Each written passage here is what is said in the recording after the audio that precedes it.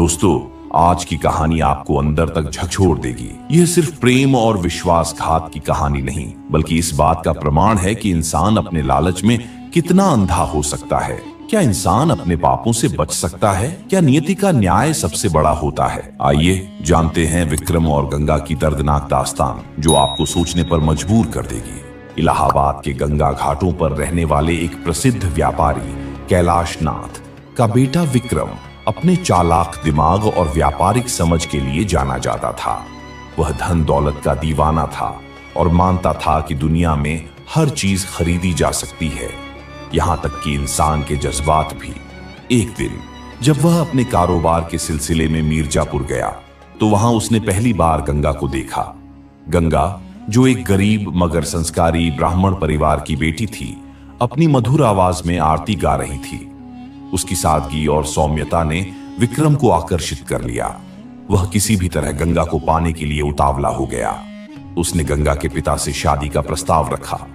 पहले तो गंगा के पिता ने मना कर दिया, पर विक्रम के अनगिनत वादों और छल कपट से प्रभावित होकर उन्होंने हामी भर दी। गंगा को लगा कि विक्रम का प्रेम सच्चा है और वह उससे विवाह के लिए तैयार हो गई। शादी के बाद कुछ समय तक विक्रम ने गंगा पर अपना प्यार उड़ेला, मगर जल्द ही उसे एहसास हुआ कि गंगा की सरलता और धार्मिकता उसकी लालची दुनिया से मेल नहीं खाती। उसका मन गंगा से उचटने लगा। फिर एक दिन विक्रम ने कहा, हमें इलाहाबाद लौटना चाहिए। मेरे परिवार को तुम्हें स्वीकार करना ही होगा।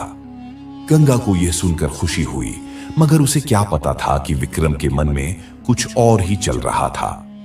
रास्ते में संगम के पास एक सुनसान जगह पर विक्रम ने गंगा से कहा, मैं पानी लेने जा रहा हूं, तुम यहीं रुको। बहुरूपिया बनकर विक्रम ने गंगा को घायल कर दिया, यह सुनिश्चित करके कि वह बच न सके, और वहां से भाग आया। संयोग से एक साधु ने गंगा को घायल अवस्था में देख लिया, उसे आश्रम ले गया और उसका इलाज कराया। साधु ने उसे सहारा दिया और अपने आश्रम में रखा, मगर गंगा के मन में अभी भी विक्रम के प्रति प्रेम था। वह यह मानने को तैयार ही नहीं थी कि विक्रम ने उसे धोखा दिया है। कुछ महीने बाद गंगा किसी तरह इलाहाबाद पहुंची और विक्रम की हवेली के सामने जा खड़ी हुई। विक्रम ने जब उसे देखा तो उसके होश उड़ गए। उसने सोचा, यह बच कैसे गई? मगर गंगा ने कुछ नहीं कहा, बस मुस्कुराकर बोली, मैं लौट आई हूं विक्रम।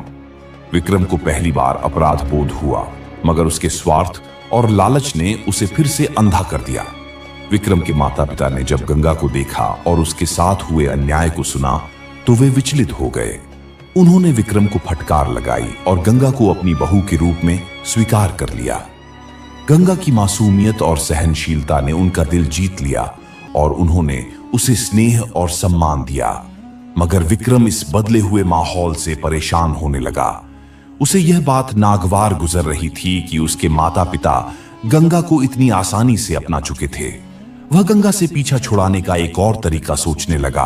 कुछ समय बाद विक्रम ने गंगा को दोबारा छलने की योजना बनाई। उसने उसे विश्वास दिलाया कि इस बार सब ठीक रहेगा और उसे अपने साथ एक यात्रा पर ले गया। मगर इस बार उसने उसे इलाहाबाद के चौसा जंगल में छोड़ दिया, घायल अवस्था में।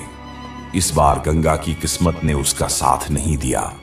अकेलेपन और दर्द में तड़पते हुए उसने अपनी आखिरी सांस ली। गंगा के जाने के बाद विक्रम का जीवन सामान्य नहीं रहा। रातों को हवेली में अजीब घटनाएं होने लगीं। गंगा के गाने की आवाज, पायल की छन छन और मंदिर की घंटियां अपने आप बजने लगीं। मगर सबसे भयावह बात यह थी कि विक्रम हर रात एक ही सपना देखता। गंगा उसके सामने खड़ी होती, धीरे धीरे पास आती और कहती, क्या मेरा प्रेम ही मेरी सबसे बड़ी भूल थी विक्रम?